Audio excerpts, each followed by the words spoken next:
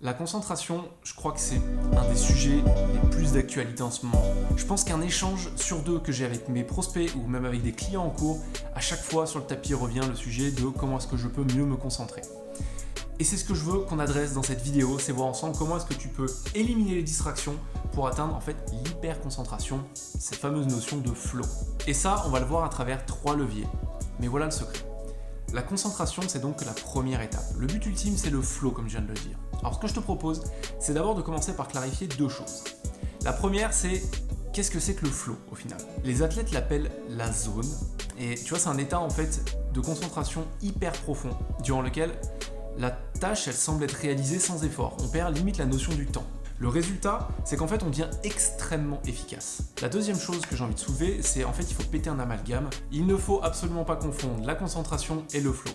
Car en fait, la concentration, le focus, elle précède systématiquement le flow. Sans concentration, tout espoir d'atteindre un état donc de flow, d'hyper-concentration est perdu d'avance. Et donc, qu'est-ce qui brise la concentration? La distraction. Tu sais, les bips, les vrooms, les psh, les blablabla, les cracks, tous les bruits en fait qui vont venir te perturber pendant ta tâche. Tu sais de quoi je parle? Enfin, tu te prépares à travailler sur quelque chose d'important. Mais là, bring, ton téléphone sonne. Tu te fais absorber par un message qui te fait en fait checker tes mails.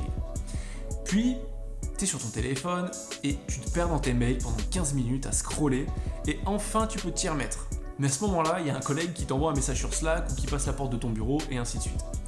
En fait, c'est comme si ton esprit était constamment tiraillé, tu vois, entre 2 modes. L'envie de te concentrer, mais sans avoir jamais une chance d'y arriver. Tu vois ce que je veux dire? Donc la question qu'on peut décemment se poser, c'est comment se prémunir des distractions dans cet environnement frénétique qui est le 21e siècle. Je suis ravi que tu poses la question, car voici 3 tips que tu peux utiliser pour en fait effacer la distraction, chauffer ta motivation et surtout débloquer ton flow. La première étape, ça va être d'intégrer le fait que ignorer, c'est un processus actif. Le travail du docteur Adam Gazzaley, c'est un prof de neurosciences, il montre qu'il y a 2 grands éléments à la concentration. La présence dans ce que tu fais et le fait d'ignorer. Et ignorer, c'est ce qu'on sous-estime tous. Souvent, on a envie de hacks, d'astuces pour apprendre à mieux se concentrer, alors qu'en fait, d'abord, il faut ignorer les choses et réduire les perturbateurs de son environnement. Tu vois, de la même manière que tes écouteurs à réduction de bruit, ils vont taper dans leur batterie pour supprimer le bruit ambiant, le bruit alentour.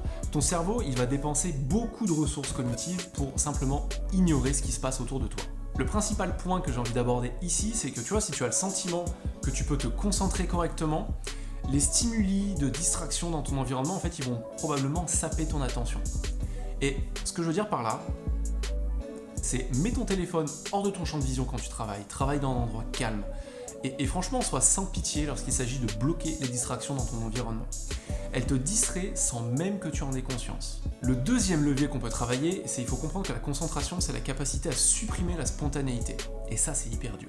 Tu vois, cette fois-ci, c'est le docteur Andrew Huberman, qui lui aussi est un neuroscientifique, mais qui est à Stanford. Et ce qu'il met en avant, en fait, c'est que la concentration n'est ni plus ni moins que la capacité à résister à l'urgence de suivre ses comportements spontanés.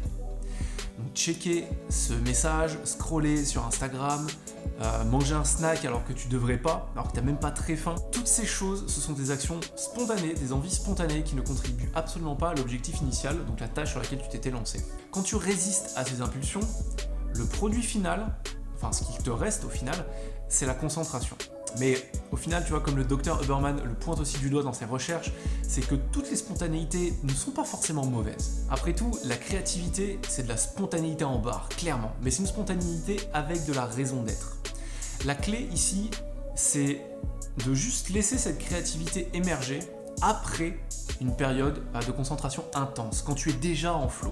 Le troisième levier que tu peux utiliser enfin, c'est qu'il va falloir justement que tu apprennes à façonner ces blocs de concentration intense, ces blocs de flow. Chaque jour, en fait, devrait inclure dans ton agenda au moins, mais je dis vraiment au moins 90 minutes dédiées à ta priorité la plus haute de la journée. Ce temps, il devrait être libre de toute distraction. Ce bloc, il doit être sacré. 0 téléphone, 0 email, 0 YouTube, 0 Instagram, 0 discussion avec les collègues. Pendant ces 90 minutes, c'est ton moment pour atteindre ton flow, pour entrer dans ta zone, et sache qu'il faut environ 20 minutes pour y accéder. Et une étude que j'ai menée rapidement, c'est pas une étude sérieuse mais sur les réseaux sociaux, montre que j'ai 70% des personnes qui ont répondu à mon sondage qui n'étaient pas capables de se concentrer plus de 15 minutes sur une tâche. Donc elles sont incapables de rentrer dans ce qu'on appelle le flow, donc cet état d'hyperconcentration. Inscris ce bloc flow dans ton agenda, il faut qu'il apparaisse et fais-en une priorité non négociable. J'espère que ces tips te sont utiles dans ta bataille quotidienne contre la distraction. Moi, je suis en train de préparer une formation gratuite et complète sur le sujet du flow et de la concentration. Si tu veux être tenu informé de sa sortie, rejoins ma communauté, c'est à eux que j'offre toutes les formations, le lien est dans la description. En attendant, n'hésite pas à t'abonner, à commenter, ça donne de la force, ça remplit le mojo. Je te dis à bientôt, ciao.